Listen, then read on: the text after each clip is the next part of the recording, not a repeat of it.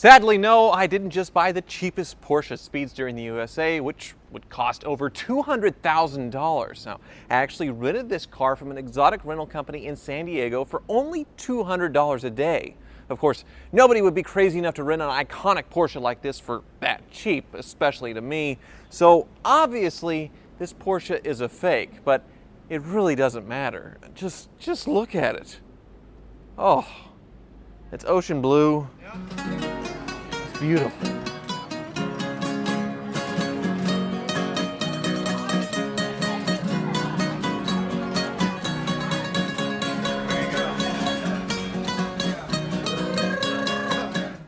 Classic Porsche values have gotten crazy enough that most cannot afford a vintage Speedster, and even if you could, the price is tough to justify. With $200,000, you could waltz right into a Porsche dealer and drive off in a new Turbo S Cabriolet and have things like airbags and 580 horsepower. I certainly wouldn't pay 200 grand for a 75 horsepower death trap with no air conditioning, but if I was offered the same classic styling and driving experience for under $40,000, I'd be slightly tempted, especially if it looks like this. I'd be really tempted. Hi. Hi. Beautiful car. Thank you.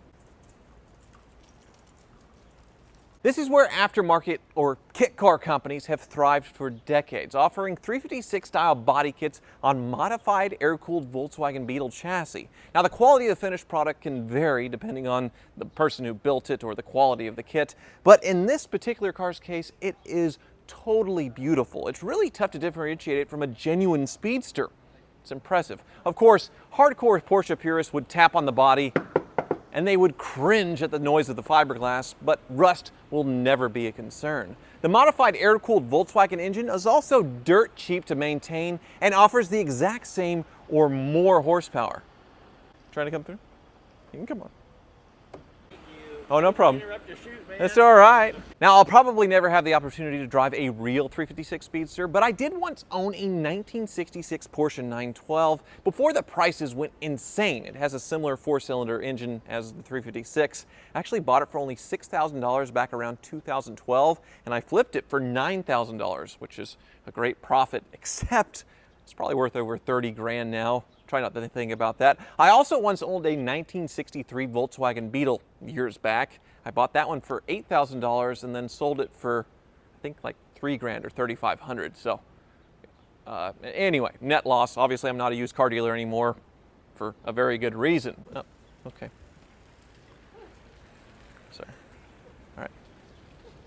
Anyway, Porsche enthusiasts hate Volkswagen comparisons. Hate it, but a lightly modified Beetle does deliver a similar driving experience to an old air-cooled Porsche. So using a Beetle chassis with a Porsche body actually works. The car does feel very light and nimble, and it is super fun to drive.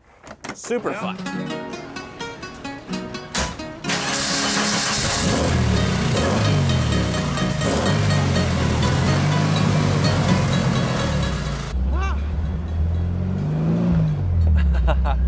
Now, this thing only has about 80 horsepower, but you never find yourself really wanting more with a car that's this light and nimble and fun.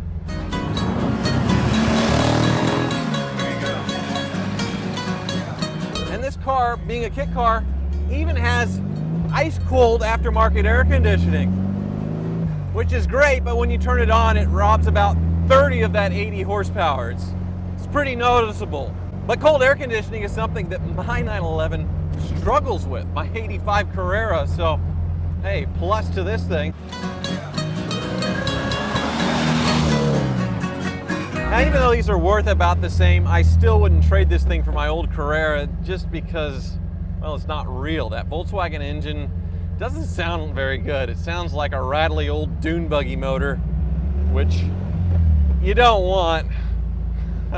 A Porsche motor sounds so much more refined and pretty. The Volkswagen gearbox, it's not terrible, but compared to a Porsche, still not even close. It's like it's made of the same kind of mechanical bits, except these mechanical bits are made out of wood instead of metal. Just that kind of loose, vague feeling. But this Speedster body is perfect for San Diego, where it's 70 degrees all the time, and sunny no matter what. So you just put the top down. In Kansas, where we have huge weather extremes, it's 100 degrees plus or negative 20. Really, there's only about 60 days out of the year where I could actually drive this car with the top down and enjoy it. And with the top up, this thing's useless. It becomes basically a toupee for me because it hits the top of my head, and my visibility is awful because the top line is right here.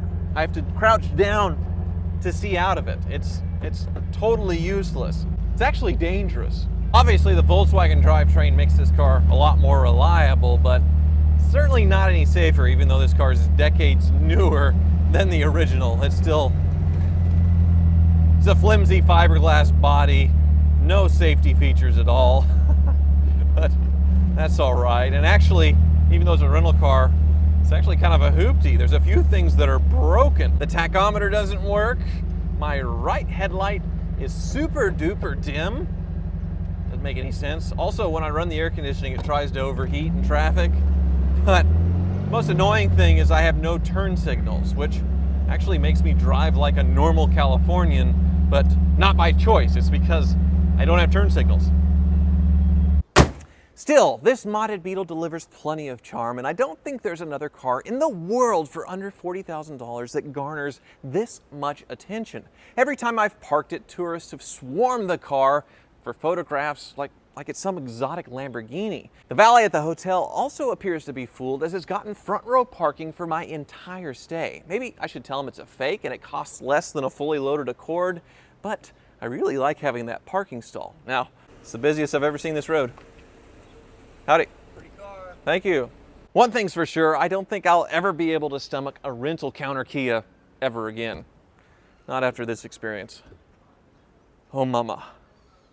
Thank you for watching. Come on through. You squeeze? Oh. All right, bye. A little busy here. A little busy here.